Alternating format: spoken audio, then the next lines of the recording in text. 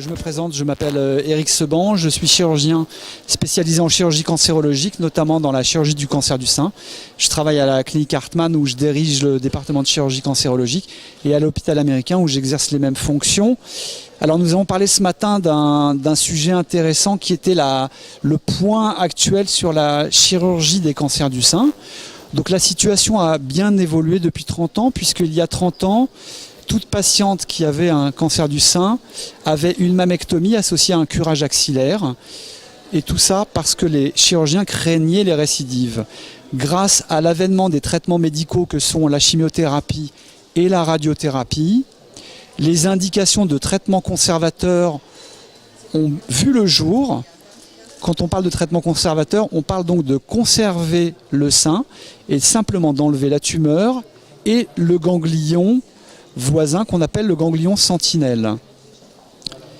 La radiothérapie a donc diminué ces indications de mammectomie et a donc permis de proposer dans un pourcentage non négligeable de cas des traitements conservateurs.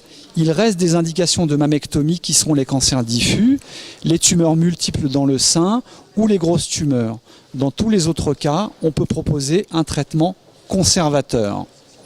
Ce traitement conservateur, en 2015, doit être esthétique, car si vous proposez un traitement conservateur et que le sein est déformé, vous n'avez pas rempli votre objectif vis-à-vis de la patiente. Donc il faut respecter d'abord le volume et le galbe du sein et il faut proposer des cicatrices esthétiques.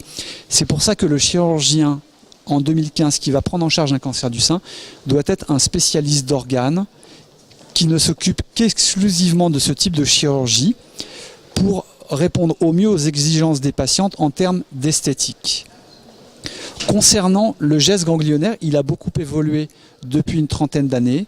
Auparavant, nous enlevions systématiquement tous les ganglions sous l'aisselle avec un pourcentage non négligeable de séquelles pour les patientes qui se plaignaient de ce qu'on appelle le gros bras, le lymphœdème, avec un bras dont elles avaient du mal à se servir. Actuellement, nous proposons des techniques différentes que l'on appelle la technique du ganglion sentinelle. L'idée est d'enlever le premier ganglion potentiellement malade, de le faire analyser en cours d'opération et d'éviter ainsi l'ablation de tous les ganglions si ce ganglion est négatif.